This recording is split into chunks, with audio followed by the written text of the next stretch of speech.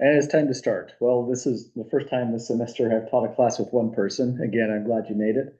I'm going to just assume the others are going to watch the YouTube videos later on down the line.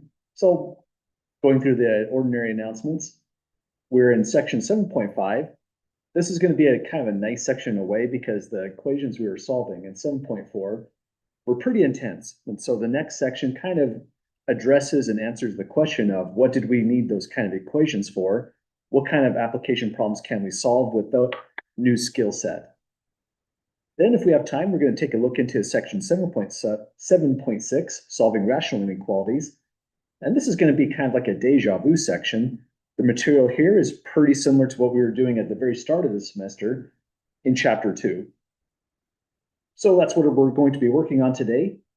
The bigger announcement, however, is that our second exam is going to be next Tuesday. It's going to cover these sections specifically.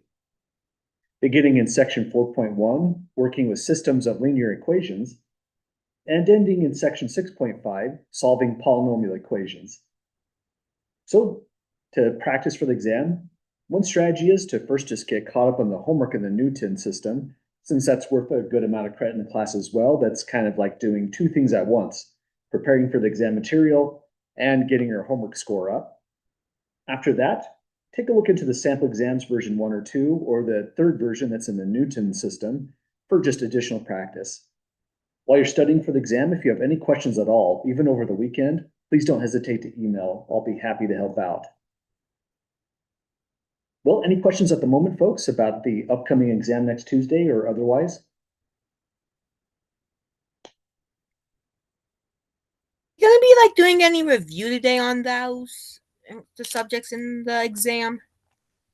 I don't have enough time for the reviews built into the schedule, unfortunately. ICU has us on a pretty rapid schedule so that we have to cover a lot of material, but I can do a couple questions to start us out today to help us out. So we'll definitely do that. Let's look into a few questions just to help out. I can't take the whole day for review, but at the start of class, it's always a good time to call for questions. So we'll definitely do that to start us out. Just look into a few questions on exam 1. Other questions at the moment?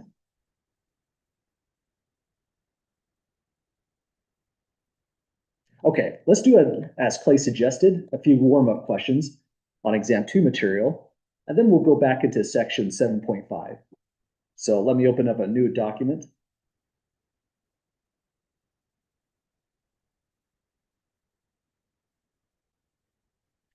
And there's a lot of different questions we could take a look into. If there's one that you had on your mind, don't hesitate to throw it out there.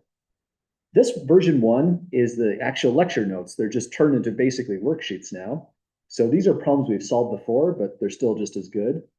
For the sake of doing the new problem, let me open up the version 2 sample exam.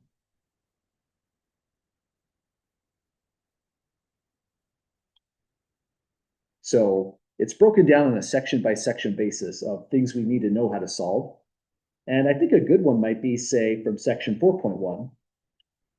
So one basic skill is we have to know how to solve these kinds of equations. So let's just grab a random one. Actually, let's grab the whole thing, instructions at all, and all. And let's solve this. So imagine this is a real exam question. What would you need to do to solve this? There's a couple strategies you could take. Some people might solve this using the substitution method, which goes pretty fast. Others might use the addition method. Let's try out the substitution method and let me know what you think about it.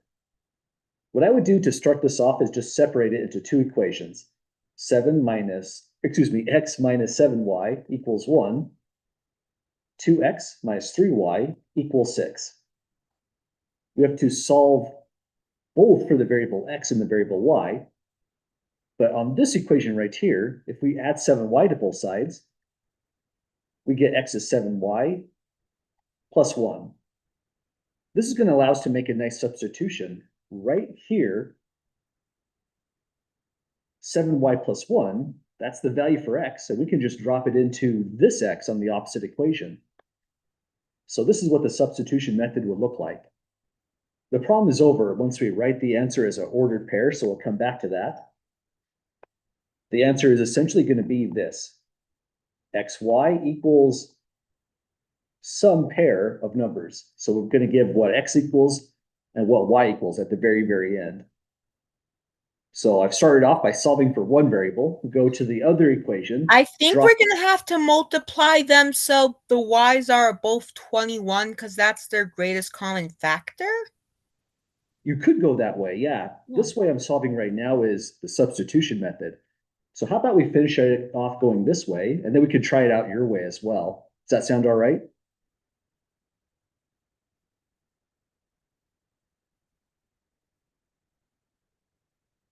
Okay, continuing through this way, we have 2 times the value for x, which is 7y plus 1.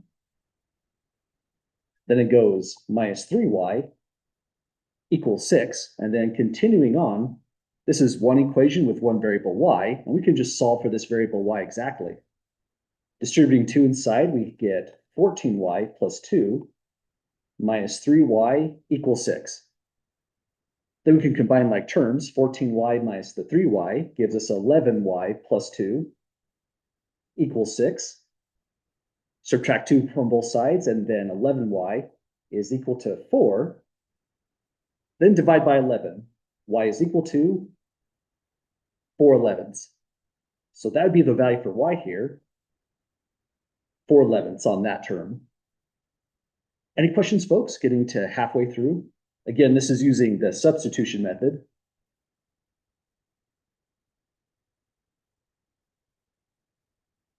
Okay, and as Clay suggested, there's more than one ways to solve this. After we finish this one out entirely, we'll look at it again from the addition method point of view. But since we started it out this way, it'd be weird to stop, so let's keep on going. We have the value for y. X is equal to 7 times y plus 1. But this entire number, you can just drop in terms of y right there. So that's the next substitution. If you like arrows, it kind of always crisscrosses like this. Drop in information on the right-hand side, work it out, and then drop in the information back onto the left-hand side. X is now 7 times 4 11ths plus 1. So we get, multiplying across the numerator, 28 11ths plus, now we need a least common denominator. This one looks like a tough one actually by the substitution method. So 11 11ths. Adding these together, we get 39 11ths. And that's a solution for x. So x is 39 11ths, y is 4 11ths. Let's try it again. Again, there's more than one way to solve this. And we'll look at it from the addition method point of view. But any questions on getting through this one?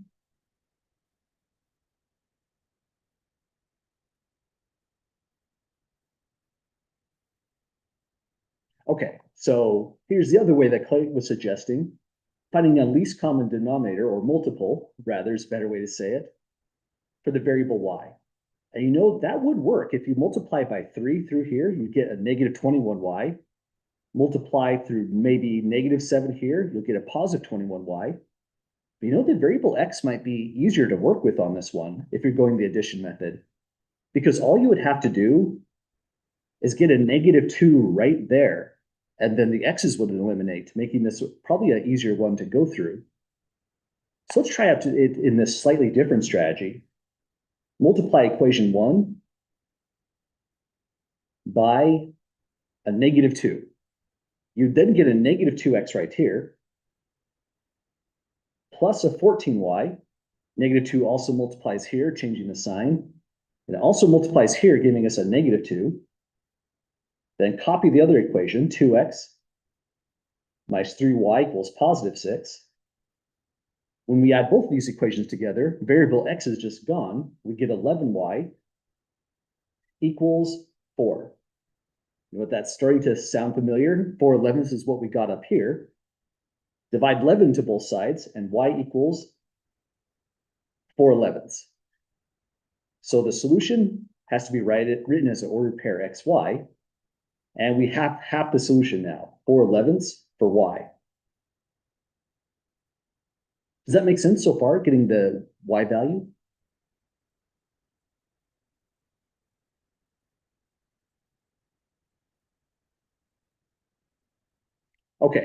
Now we just need to plug that information in that we got for y. We can plug it into either equation, just whichever one seems more convenient. Let's try equation 1. Both of them will work. We have x minus 7 times y, which is 4/11, equals 1. So that's a substitution there. Then this will become x minus 28/11 equals, we can change the 1 into 11/11 because we're going to add 28/11 to both sides.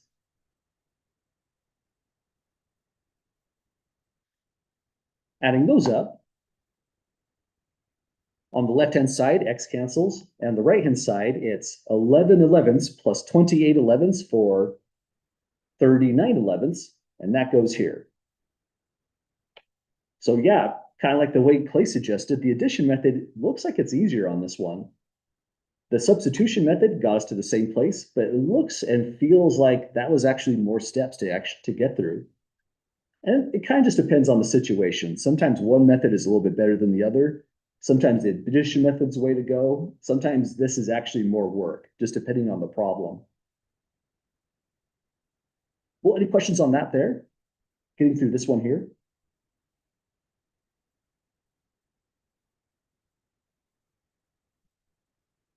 Okay, and we still have a little bit of time to ask an additional question before we have to get back to the section 7.5 to stay on schedule. Any particular section that folks would like to take a look into? Chapter 4, there's a couple applications. Chapter 5 is exponent laws.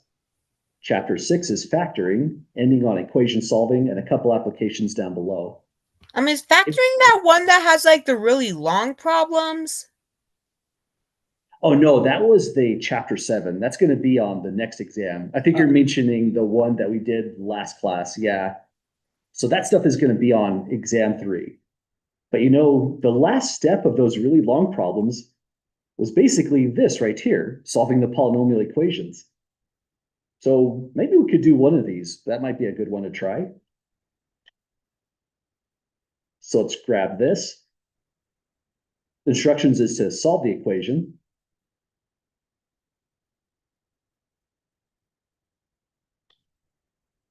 That came out kind of small as a screenshot. Let me blow that up a little bit. So let's solve that equation there. This came up actually when we were doing stuff in that last section, section 7.4, last class.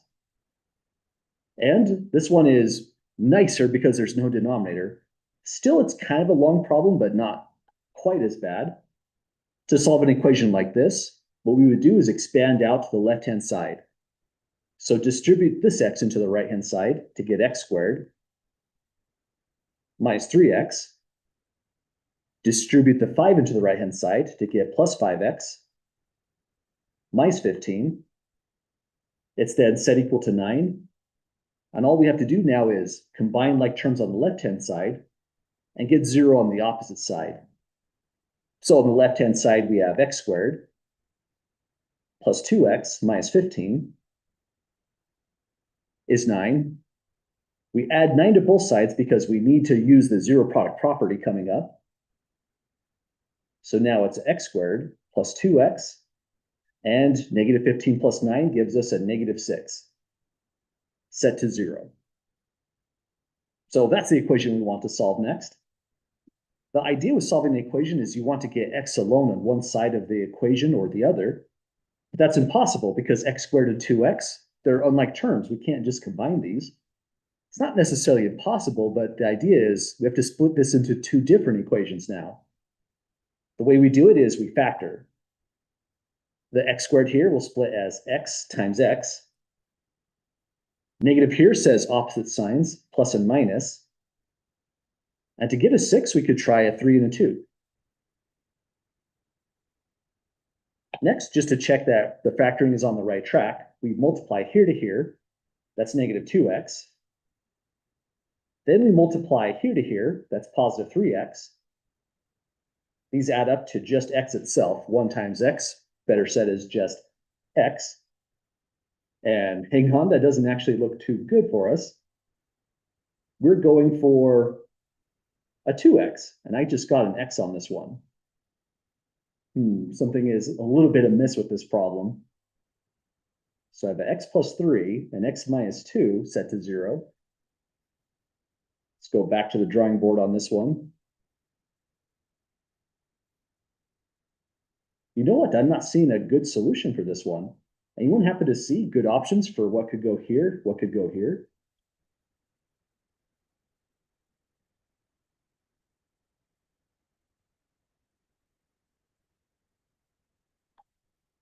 Our options we would work with are 6 factors as, say, a 6 times 1, 6 factors as a 2 times 3. These are the obvious integer choices.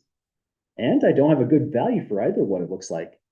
If I plugged in a 6 and a 1, then multiplying here to here would give us a negative x. Here to here would give us a plus 6x.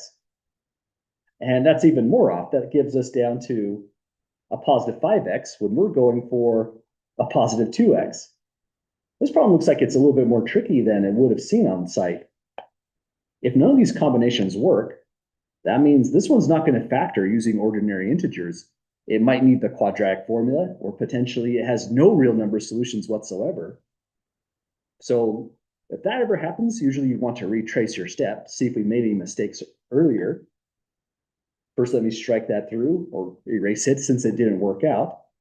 When we filled it out, we got x squared, a negative 3x, a positive 5x, and here to here was negative 15. We combined to a positive 2x, so that looked right.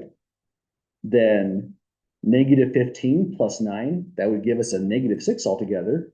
So that works out as well. Yet, anything we try on here, this is not going to work out using all the values for our 6. That means this one would have no integer solutions,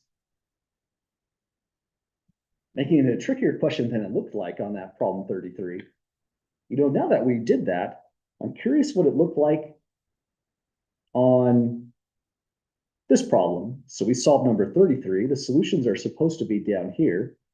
And what did I say for 33? Negative 6, positive 4. I think I must have made a mistake on that one. Glad I took a look into it. I'm going to put a little reminder here. Mistakes happen, and one definitely happened on this one. Fix problem 33. Glad we took a look at that one together. And if you're solving problems like these on this document here, these are the new problems. If anything goes wrong or just looks weird, don't hesitate to email, since it looks like there was a mistake on this one, giving us weird values. How about we try one more, just for the sake of a problem that would work out a little bit better? That could be, say, problem number 32. So on the real exam, I'm not going to go for something that goes for no integer solutions. If that comes up, that would be the better answer.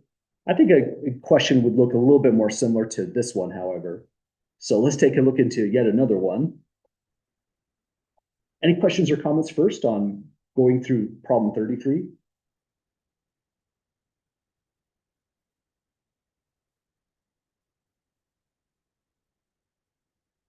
Okay, let's try out another one. It's a quadratic equation just like before. The major idea we need is try to get 0 on one side. So we will have 15x squared minus 10x minus 40 once we subtract 40 from both sides. Then this one has a different idea we'd want to use. All these three terms are divisible by 5.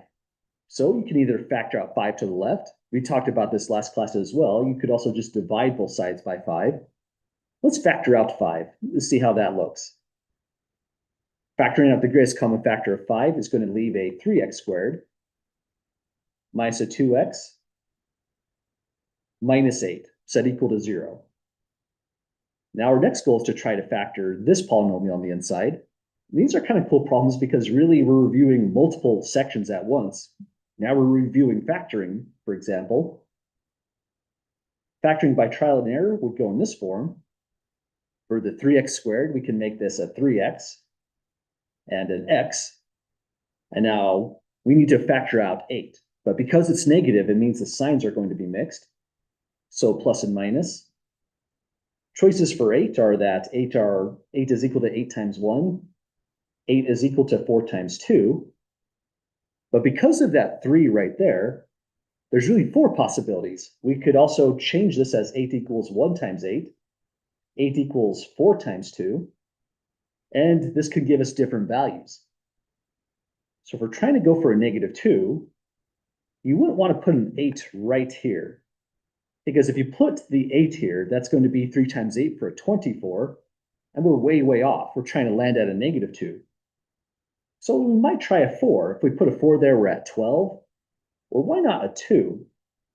If we put a 2 here, then 3x times that -2 would give us a -6x. We now have to use the other factor, 4. This times this is going to be plus 4x. It equals -2x. And that tells us this is the right combination, a 4 and a -2. This problem worked out, so I'm glad we looked into another one. Let me just put that in a more solid color, black, to make it look official. So that check of the inner values and the outer values multiplying is a major crucial thing we need to get the factoring to work. Once we get to this stage, this is where finally the zero product property works. We have 3x plus 4 now set to 0. Or another possibility is that x minus 2 is set equal to 0. We'll solve both equations. On this one, subtract 4, divide by 3, and x is equal to -4/3. This is the fast one, just add 2 to both sides. And x is +2. So this equation had a little bit more going on. It looked like it'd be fast because you can get the 0 right away, but the factoring was a little bit more trickier because of the 3 right here. Well, any questions at all, folks, getting through this one?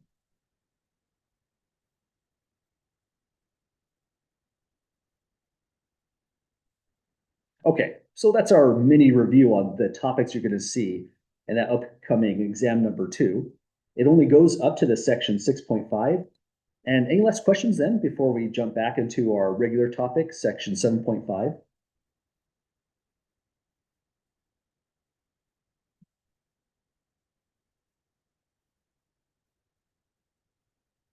Okay, and just to give a little bit more context on this course, it is a pretty fast-paced course. So the math department is written part of the syllabus in a certain sense.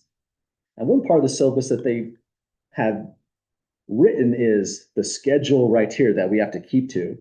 So we're right ahead of exam 2. We have to finish these 2 sections. You know, if we take a little extra time on section 7.6, that's okay. But it just means we have to catch up on the next block of material. So it's a pretty rough schedule. And what makes it kind of rougher as well is I would love for a full day to do a review before the final exam. So I'm trying to go at a pace so that we can make that happen. And also, I write exams 1, 2, and 3, but I don't write the final exam. That's written by the math department. And so if I don't get through all the material, then that means I have to go extra fast on the review day, just catching up on that last day. So sorry for the really fast pace. Sometimes it does feel like quite a lot in this class. Best way to kind of get through it is try to practice the mathematical material every day. Try to stay caught up on the homework. And when you're studying for the exam, I'd say start working on it early. I usually have the review material posted well ahead of this week that we're currently on. So these were posted on last weekend. But let's go back now to the section 7.5. So this is our next topic. Let me kind of fix my windows a little bit here. There we go. And let's make sure that's big enough. Okay, so this is our next section that we're in right after the last section, 7.4. 7.4 again is not on exam 2. That one's going to be on exam 3. I feel like it's just too soon to do an exam on that when we just barely learned it last Tuesday. And that means this is also going to be not on the exam number 2. This will be on exam 3. But some of the things that we do on this problem is bona fide exam 2 material. So I'll let you know, hey, this is something you do have to do on the actual exam 2. So the notes start off on just defining a proportion. A portion is just a statement that two fractions like this are set equal to 0. And sometimes we read it as A is to B as C is to D is another way to indicate the proportion. But the bigger idea with this proportion, the reason it's on the notes today is whenever we have to solve something like this, we saw it a couple times in the last section, there's a pretty fast way to clear the denominators. You simply multiply across like this, get B times C, multiply across like this and get A times D, and this is the cross product. We didn't do it on every problem in the last section because the last section had just too many terms. But when it's just the two fractions, it's a really great idea for solving the equation. So let's solve this one by using the cross product idea. What I would do is put parentheses around everything, just as a reminder that we have to FOIL things out to use distributive laws. First, this denominator is going to multiply across into that numerator, and we get x plus 3 times x plus 4. Then on the opposite end, this denominator multiplies across, multiplying that numerator, and we get 2 times 5x plus 26. So the original equation is tough to even look at, but once we get down to this line, this is a pretty fast, well, faster equation. Right at that step at the red dot, that's a section 6.5 problem, so it would be something that could be on exam 2. But we did it, folks. That's getting through the cross product portion of this. Now to actually solve the equation, we have to get 0 on one side. But before even that, we should simplify both sides. Simplifying in this context means we need to expand out this factorization. So multiply x into the next group. We get x squared plus 4x. Distribute 3 into the next group to get plus 3x plus 12. And next distribute 2 into the group. We'll get 10x plus 52. Middle terms on here and the left-hand side combine to a 7x.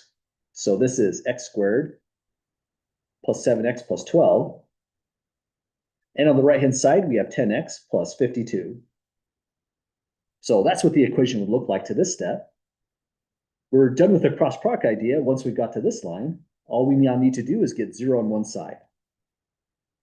So subtract 10x, subtract 52 from both sides.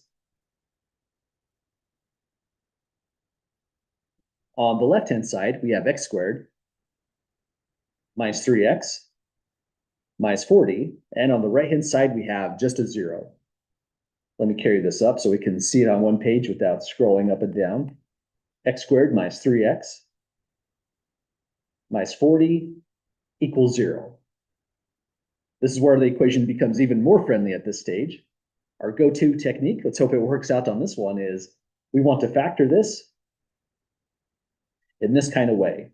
X squared will split as x times x. We can go plus and minus. And for a 40, one thought is, how about a 5 and an 8? If you make this a negative 8 and this one a positive 5, the multiplying here to here is going to be negative 40. Or excuse me, that is not quite right. Let me try again. My arrow just went a little too far on that one. The check that we're trying to get for the negative 3x is multiply here to here. So that's a better targeted arrow.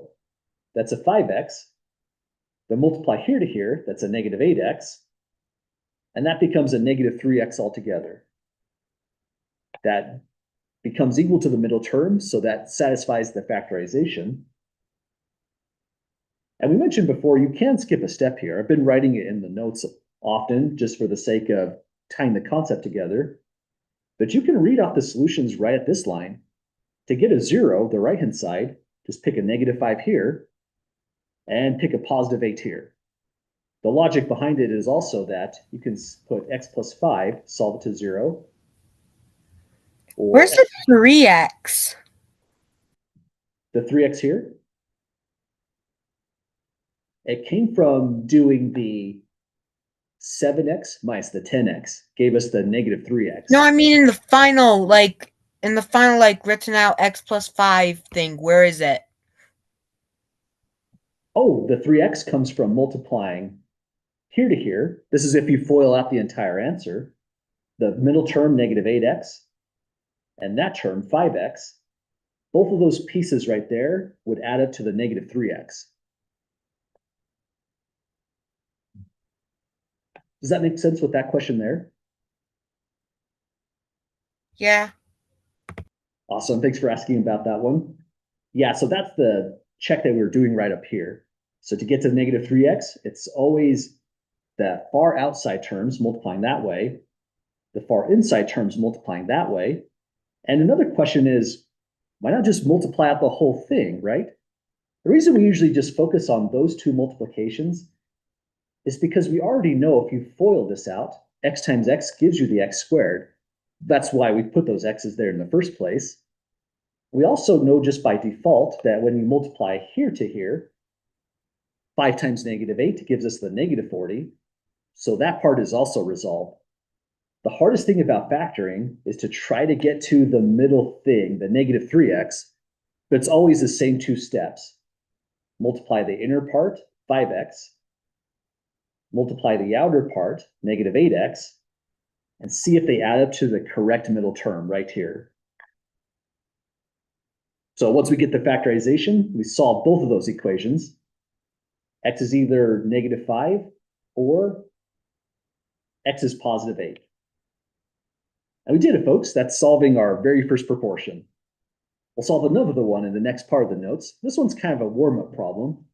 This was supposed to be applications of rational equations, and we haven't solved an application yet.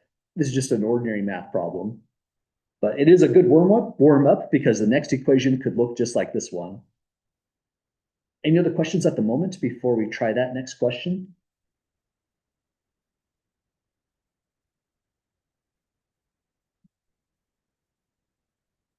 Okay, so here is the first actual word problem on the notes. That's a pretty realistic problem. This is a statistical method that's used in measuring populations. So this is about the Yellowstone National Park in Wyoming. We're told by the writer of this problem, I don't know if this is current for the year 2025, but this is what we have so far in the actual math problem. The Yellowstone National Park in Wyoming has the largest population of free-roaming bison. So these are the large animals you sometimes see tourists getting nailed by when they're not too careful and they try to pet them. To approximate the number of bison, what the biologists would do using a statistical method is they capture 200, tag them, and then they let them roam free. So 200 bison have been captured. When they release them and let them roam free, they kind of mix up with the original population. They let some time go on so that those 200 tagged bison mix thoroughly with the population, hopefully. And then they go to get some more bison. The first initial sample was large at 200.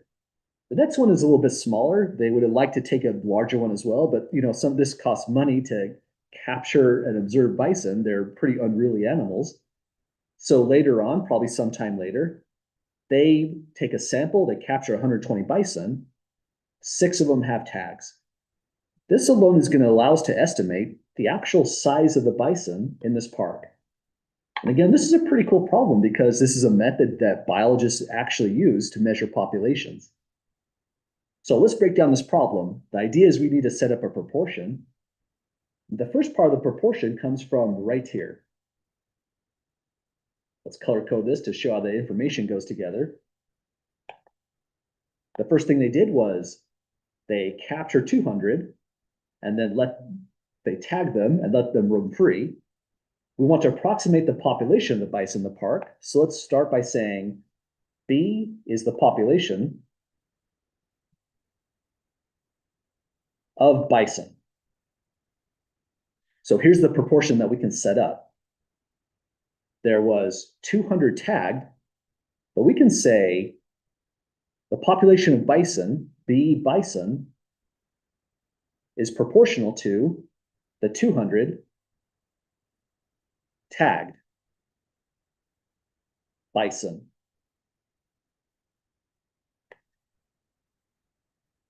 So that's where one proportion comes into play. The next sentence is yet another proportion.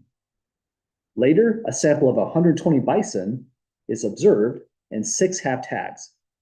So what we do is we write out 120 bison. The critical thing is we want the unit on the numerator to match the unit in the numerator on the opposite side. 120 bison sampled this time, and 6 are tagged.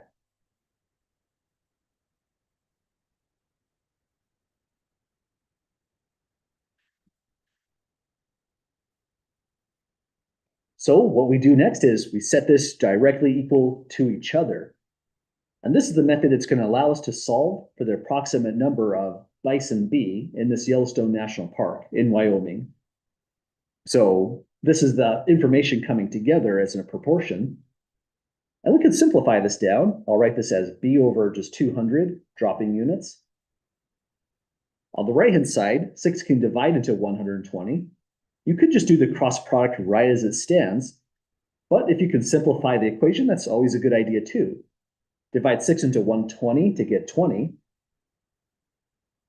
And this is the equation we'd solve. We don't even need a full cross product on this one. This one gets solved pretty rapidly. Multiply 200 across equality. B is equal to 20 times 200. Multiplying that out, we get that B is equal to 4,000 bison. So with this method, if 200 captured and tagged, then they capture another 120 and just 6 are tagged. That tells us we expect about 4,000 bison in this park. Well, the last question we solved was definitely harder. The word problems don't always have to be a hard equation, and this is kind of a warm-up problem, just getting started. Any questions at all getting through this one?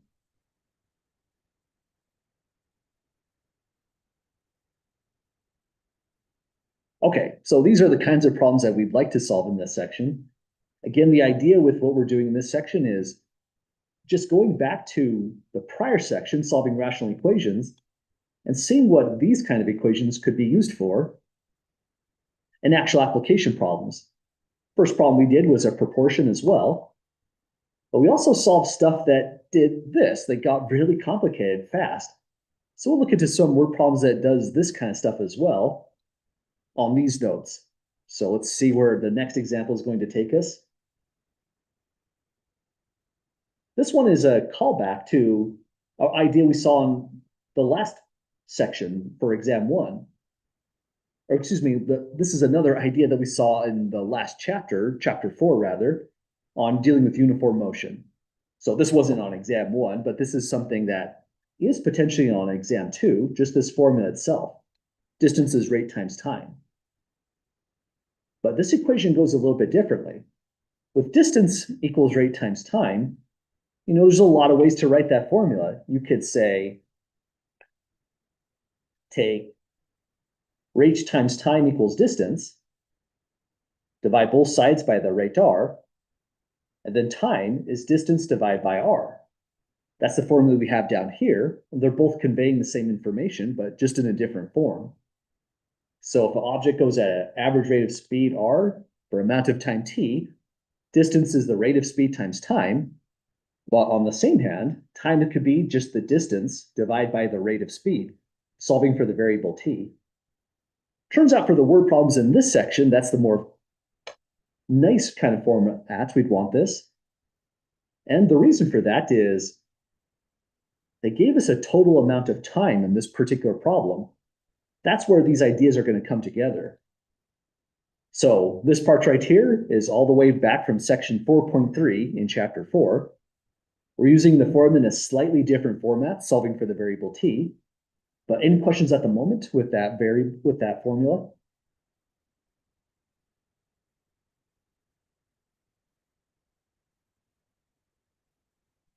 Okay, so to solve this, there's usually a good amount of work just trying to set things up just right, set up variables.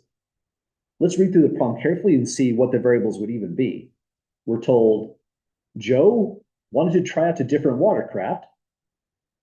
So that's interesting, good for Joe. And next we're told he went 62 miles downstream in a motorboat. So he's way off from where he started. and then 27 miles downstream in a jet ski. So that's interesting. He's an interesting guy. It must have been a busy weekend. We also know that his speed on the jet ski was 10 miles per hour faster than on the motorboat. Let's highlight that. That seems like something that will come back later on. It's the wrong highlighter. Let's use this one. And we're also told that Bill spent a total of 4 hours on the water. The question of the problem is, what is his speed in the motorboat? So once we have a value for that, our work is done. So there's two things that we have going on. There's a motorboat. There's a jet ski. So let's let those be the variables. The one we want is this rate of speed for the motorboat. So let's write out M for motorboat, or we can go X and Y if that just feels more comfortable. Let's say M is going to be the rate of speed on the motorboat. So that gets us started with that variable. The next one is a jet ski, so let's use a variable J. J is the rate of speed on the jet ski. So we have variables together. Now the next thing we want to do is try to take all this information, use the fact that there was a total of 4 hours spent on the water to see what kind of equation we can write out, putting this all together. Well, we have two times, really. There's the amount of time he spent on the motorboat. So let's start by just organizing in that way. Time on the boat. I'll just abbreviate that to a boat. We now know it's a motorboat for sure. The time on the boat is really this formula. Time equals the distance divided by the rate of speed. And we know the distance. Joe went 62 miles downstream on this motorboat. So that's the distance that goes in the numerator. 62 miles. We don't know the rate of speed R, but we made a variable for that. So in place of R, which is a generic formula, we're going to put in the more specific. The rate of speed R is, in fact, the rate of speed of the motorboat, just M. So 62 divided by M is the time spent on the boat. But he spent another part of the time on the jet ski, so that's the next part we have to write out. So we've used this formula once, time is distance divided by a rate. By the same kind of problems we did in section 4.3, using distance as rate times time, we often use this formula 2 times. It's the same for this formula down below. So here is next, you thinking of this formula again, time on the jet ski. Well, to get the time on the jet ski, let's first just write down the formula. Time is distance divided by rate. And we're told, reading down the sentence, Joe did 27 miles on the jet ski. So that's the distance going into the numerator once again, but down just 27 miles. The rate of speed R, we have the more specific value. This was on the jet ski, so we just put in J. So we've used just about all of the information in the problem. The only thing we haven't used is this part right here. We've never put this anywhere on the problem, the fact that Bill spent a total of 4 hours on the water. So let's say next, total time is 4 hours. So these are the three components. Time 1 was on the boat, time 2 is on the jet ski, but altogether 4 hours was spent. You know, that's an equation we can solve. We can put this all together and it would look like this. Take time on the boat, 62, divide by M, plus time on the jet ski, 27 divided by J. That's the total time of 4 hours. Now it's an equation we can solve, but the other difficulty we have is there's two variables in this equation. We need to break it down to just one variable. You know, I said kind of incorrectly, this is the only piece of information we haven't used. That isn't true. This part that's highlighted, we haven't used that either, so we should use that up as well to get through solving this equation. This is most of the setup so far. Any questions to getting down to this spot?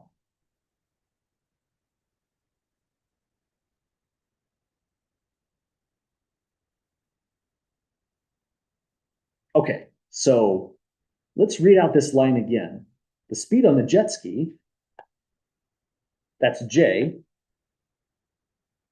was, that's like a verb is, so you can say equality for that part, 10 miles per hour faster, so that's a plus 10, faster than the motorboat, well, that's just M.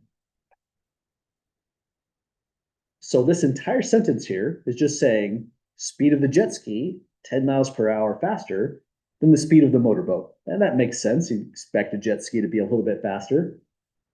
But that could be plugged in down here for J. So this entire statement replaces J down below. And now we have the equation that's 62 divided by M plus 27 divided by M plus 10 is 4. So now this is an equation we can solve and get a value out. We'll solve it for M, and that happens to be exactly what we want. The speed of the motorboat is M itself.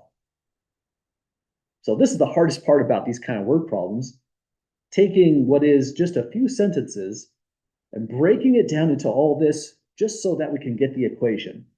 Once we get the equation, all we're going to do at this stage is everything we did on these kinds of equations. Now we're just back to solving the rational equations in one variable. Okay, so let's review what did those methods look like. First thing we want to look into was what are the excluded values in the problem? So the excluded values, our acronym was E.V, were the values that make make the whole thing undefined. That would occur right here on the red dot when M is 0. So we'll say M cannot be 0, but M is the speed of the motorboat. So M being 0 wouldn't even make sense, right? That means the boat didn't move at all. And going 60 miles an hour, 65 miles downstream is just being pulled by the current. That would probably take more than 4 hours total amount of time to do 62 miles pulled by just the current. The next way to get an excluded value is right where the red dot is. M cannot be equal to -10, but you know, that's also impossible. M is a rate of speed, it can't be negative. So what's kind of nice in these kind of problems that we're working out so far is when you look into the excluded values, they're often things that don't make sense in the very first place. Speed is not 0 and speed is not negative, it has to be positive. So we'll know we have to avoid those values, even if we didn't write this down at all. The next thing we looked into was the least common denominator. I shouldn't use that color. Blue already has a different meaning. Let's see, let's go with purple. The least common denominator is go to your denominators, take M times N plus 10, and that's it. We're going to multiply that into all the numerators and solve from there. So let's scroll down a little bit more. Let me rewrite the equation. 62, a little bit of space, divide by M plus 27 with a little bit of space, divide by M plus 10 is 4. Then take the least common denominator, multiply it into all numerators. So we'll have an M here, M plus 10 here, M plus 10 here. And don't forget to also multiply it on the right-hand side, M times N plus 10. Now that we're here, we start to simplify. And let me fix that 10. That looks like a 16. There we go. Now we start to simplify. This N cancels with this one. On the second fraction, the N plus 10 cancels. And that's it. Nothing else simplifies further. So writing down what's left over, we have 62 times N plus 10 plus, way over here, 27M equals 4m times m plus 10. So now it's a quadratic equation. We'll solve it using the zero product property. And really, it's all just algebra from here on down. Our goal is whenever we see an equation like this one, find excluded values, use the least common denominator to clear out all the denominators. And then for the last steps, it's just a section 6.5 problem. Any questions whatsoever getting to this stage?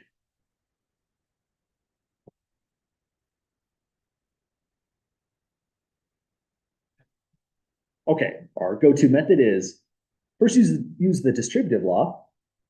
We have 62m plus 620 plus 27m equals, distribute again over here. 4m times n is going to be 4m squared.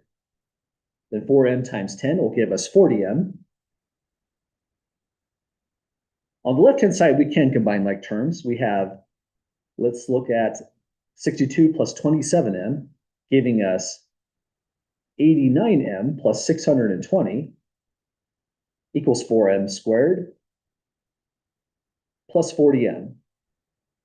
Now, next step, subtract 89m and 620 from both sides. Minus 89m, minus 89m, minus 620, minus 620 gives us the equation overall. 0 equals 4m squared plus, oh, forgot to actually subtract there. Let me try again. 40m minus 89m is negative 49m minus 620. So that's our equation to solve. This one is actually a pretty tough looking one. 49 is 7 times 7. That means I can't even pull out a greatest common factor on this one. One thing we can try is factoring 620 to see what options we have. So let's look into the factorization of 620. Again, this is a really large value, so this is a pretty tough problem for factoring. But at least we know 2 divides it. It goes into 620 310 times. 2 divides that again, going in 155 times. 5 divides into 155, 15 3 times, 5 once, 31 times. And 31 is a prime number, so the factoring just stops right at this stage. So if we're to try to factor this out, lots of things you can try. One thing I would possibly try is, you know what, let's actually put this on the next page since we're running short on space. So this continues. So one of the things I would try is to make sure I have enough space to solve this thing. So let's go 0 equals 4m and m. That's going to make up the 4m squared. Negative here means we have to have a positive and a negative sign. And these are the factors that we have, 2, 2, 5, and 31. All of this, let me use a different color. All of this makes up 20. So 620 is 20 times 31. So let's try for the best. 20 and 31. I went for values that seem kind of close to the relative size, because if I took, say, 155 and put it here, I put a 4 here, the numbers are just going to be way too big when we multiply. And that's a 3 there. It looks a little bit like an 8. Now our check is to try to get to negative 49m. If we can get there, our work is done. The inner term is 20m. The outer term, multiplying here to here, that's way too large. That's going to be equal to negative, well, 30 would be 120, so 124m. These definitely don't add to a negative 49m. Doesn't mean this doesn't work, but definitely the order doesn't work. We're way off trying to get to negative 49m. So let's switch it around and see what we can do with this. Let's put in a 31 here and a 20 here. Then 4m times -20 is -80m. 31 times m is positive 31m. And check, -80m plus 31m. That's going to be, do a little bit of carrying. That's actually equal to -49m altogether. That's awesome because that means we are done with this problem right here. It's exactly -49m when you arrange it this way. That's a tough one though. This one was really large values to factor. There's a couple like these that could come up in the homework. The idea with working with a factor tree helps out a lot whenever you're getting really large values like -620. So we've got the factoring down. Next thing is the zero product property. The only way for this equation to be true is if 4m plus 31 equals 0, or if m minus 20 equals 0. So those are two equations to solve. On this one, we'll subtract 31 from both sides, divide by 4, m is equal to -31/4. But it's easy to lose track of what we were even doing on these. These problems get really long, like we mentioned. What was m? M is the rate of the speed of the motorboat. So just like it couldn't be 0 or -10, it certainly can't be -31/4. So this is excluded. M cannot be negative. On this one, we can add 20 to both sides. M is going to be equal to 20 miles per hour. And then that finally solves it. The rate of the speed of the motorboat is just that 20 miles per hour. Definitely a tricky one to get through. Any questions on this one?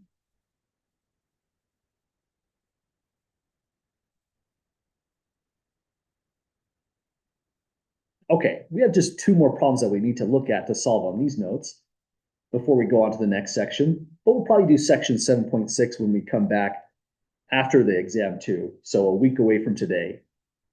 So here's the next topic, rate of work.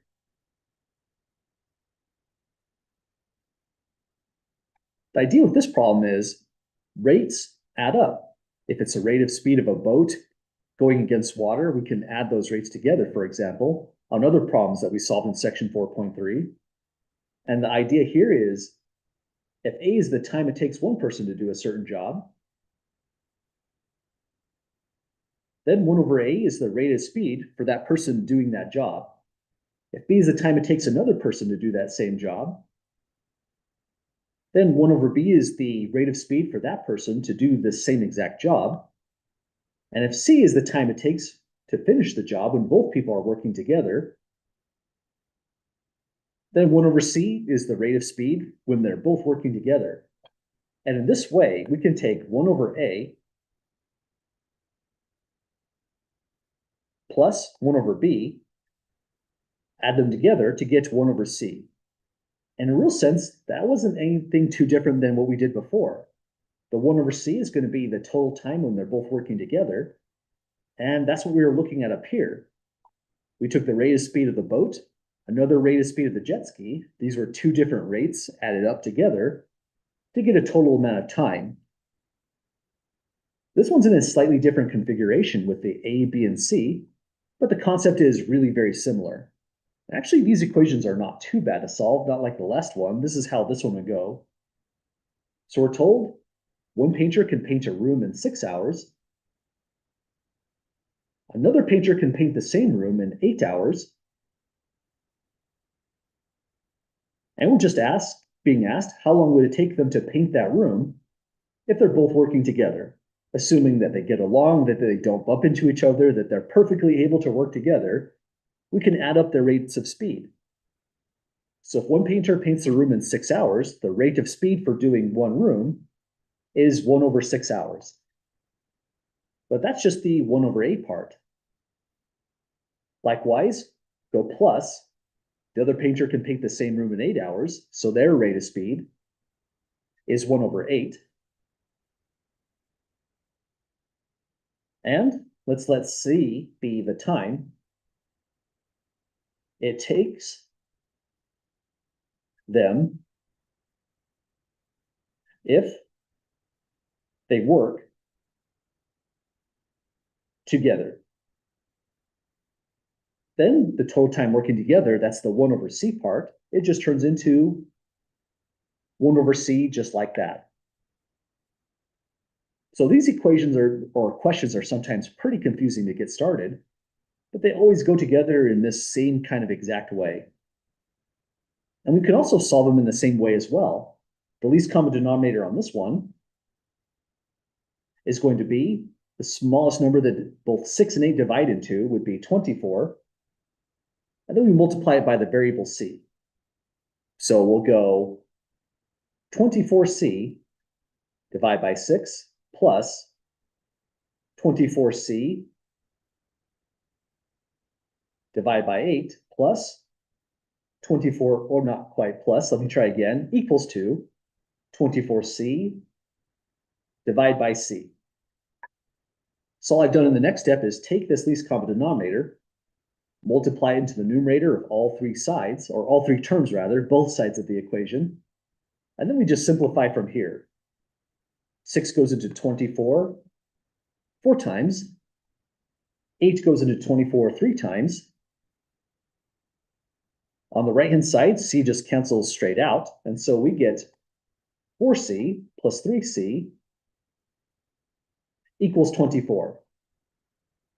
And this is a fast equation to solve, unlike the last one, which took quite a lot of time to get through. We have 7 times c equals 24, so that means c equals 24/7. On this problem, we're rounding to the nearest tenth, so going to the calculator, take 24/10, 24/7, and to the nearest tenths, this would be 3.4 hours. So C is 3.4 hours on this one. We'll try this on a slightly harder problem, but usually these ones are not too bad, especially compared to some of the problems we've solved already on these notes. Any questions at all getting through this one?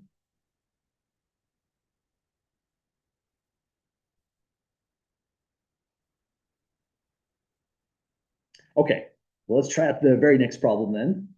And this is the last one for these notes, so congratulations. We're almost done with chapter 7, just one more section to go after this.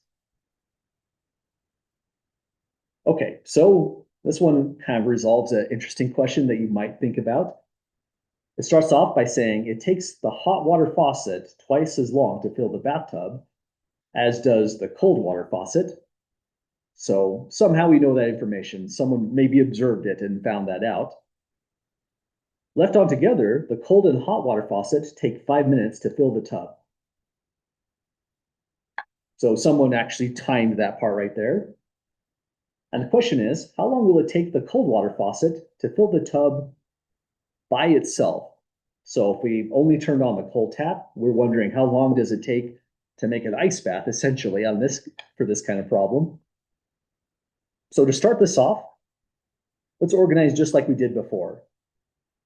There's two things, and we have the rate of work for if they're both working together, that both taps turned on. Let's say A, or maybe more better specific, let's use H.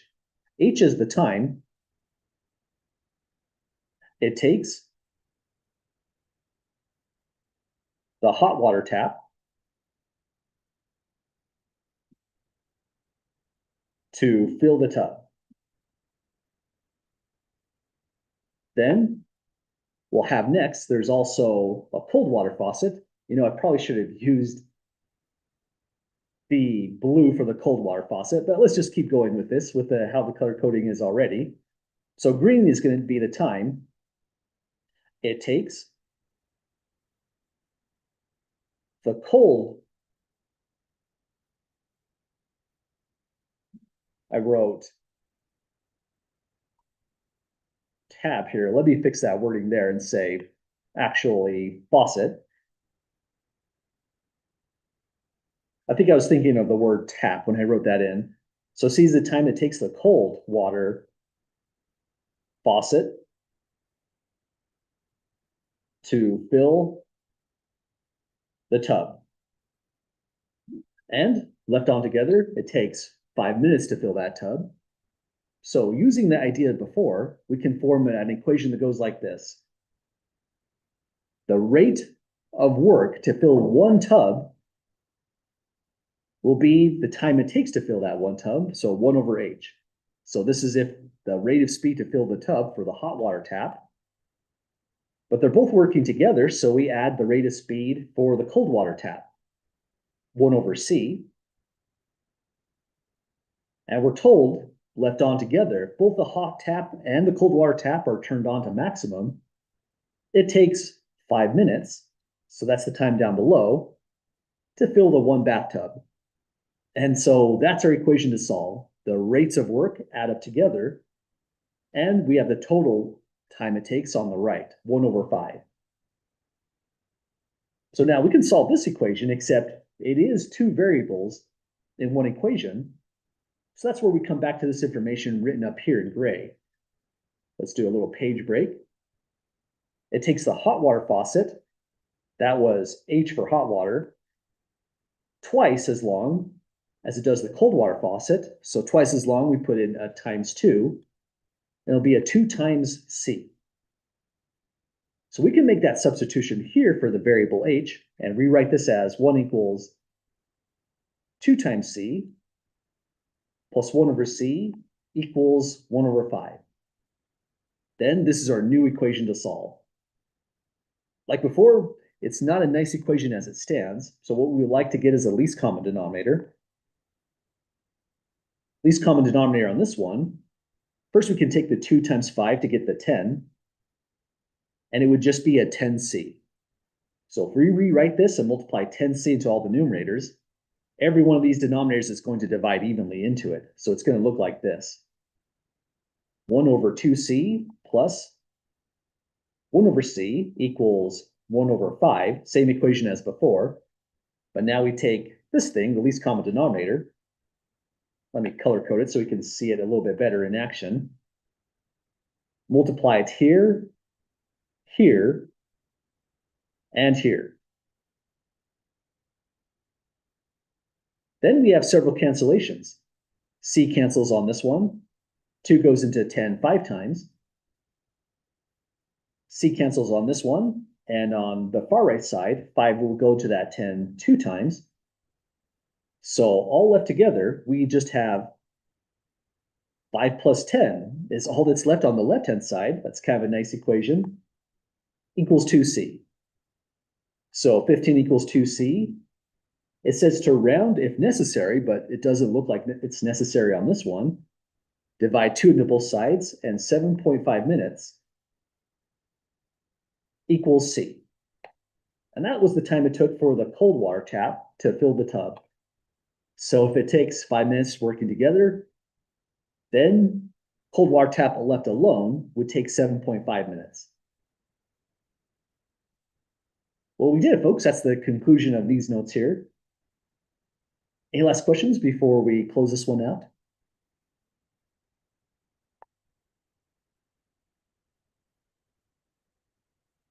Okay, next section we're going to take a look into with the limited time we have, so we won't go too far into this section, but it'll be section 7.5, or excuse me, 7.6. We were just in 7.5. And with the last minute amount of our time, we don't have too much, but we can at least show how these kind of questions go in section 7.6.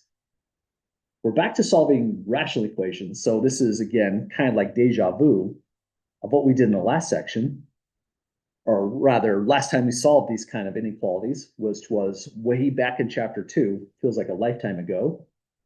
The process for solving these is quite a bit different. We can't actually clear the denominator any longer, because if you multiply x times 8 across 0 this time, you might have to flip the inequality sign. X plus 8 could be either positive or negative. If x is negative 10, it's now a negative value, and you're multiplying both sides by a negative number. So we take a different approach on this one. What we look for is critical points, or sometimes called cut points. I'll usually call it this way. It's a little bit faster to write. The cut points are found this way. We take the numerator, set it equal to 0, and solve. That one's pretty fast. X equals negative 2. So that's one cut point. And we take the denominator, set this one equal to 0 and solve. X plus 8 equals 0 gives us the next cut point, x equals -8. So those are the two cut points in this problem. But notice -8 is kind of special. -8 can never solve this problem because it would cause us to divide by 0, making it undefined. So -8 is also an excluded value. The next thing we do is, as the name suggests, these are cut points. We're going to solve the inequalities, writing down the graph, so that's just the real number line, and an interval notation. And so all we do is we literally take these points and cut up the real number line. One cut is at -8. Another cut's at -2. It gives us three regions to look at. One goes from -infinity to -8. The middle region is from -8 to -2. And the other infinite region is from -2 to infinity. And the next process is we use test points. If we're trying to solve the inequality set less than or equal to 0, it means we're looking for the regions where the values are going to be negative. So we want negative regions. And to find the negative regions, all we have to do is pick a value that's less than -8, between -8 and -2, and above -2, and just plug them into the left-hand side and just see if it comes out as positive or negative. So on the very first one, we could try out to say a -9. If x equals -9, we'd be plugging -9 up here. So it'd be -9 plus 2, divide by -9 plus 8. This resolves down to -7 divided by -1. And that means it's positive. That's a negative divided by a negative. So positive in this region. Next, we can pick a value, say like -3. And same kind of work, just plug it back into the original inequality. This would be a -3 plus 2 above. Down below would be a -3 plus 8. And we would get on this one, this time, a -1 divided by a +5. This time it's a negative divided by a positive, so it's a negative altogether. And that means, well, -3 wasn't special. For any number you pick between -8 and -2, this rational expression is always going to be negative. Then the next easiest one to pick would be, say, 0 for a test point. If x is 0, we plug 0 up here to get 0 plus 2, divide by 0 plus 8.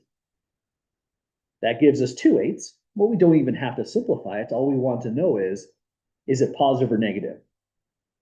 This one comes out as positive, so it means always positive in this region. Now, because of the less than or equals to, it turns out -2 is a solution to this. You can plug in a -2 here, and you get 0 equals 0, which solves the inequality. But -8 is special. It's an excluded value. So for that one, we actually have to have an open circle. So watch out for the excluded values. They always cause this little issue right here. And it came from considering the denominator. Last thing, we wanted the negative regions. So that's just this region between -8 and -2. So the graph of this would just be this region highlighted. And the solution in interval notation would be from -8 up to -2. And that's all we have to do on this one. Again, it's kind of a faster topic than in chapter 2. I think they were actually trickier in chapter 2, especially the absolute value inequalities that we solved and saw in exam 1. What we'll be doing in section 7.6 are just problems kind of similar to this one. But we ran this topic all the way to the very last minute. Any last questions at all, Clay, before we call it a night?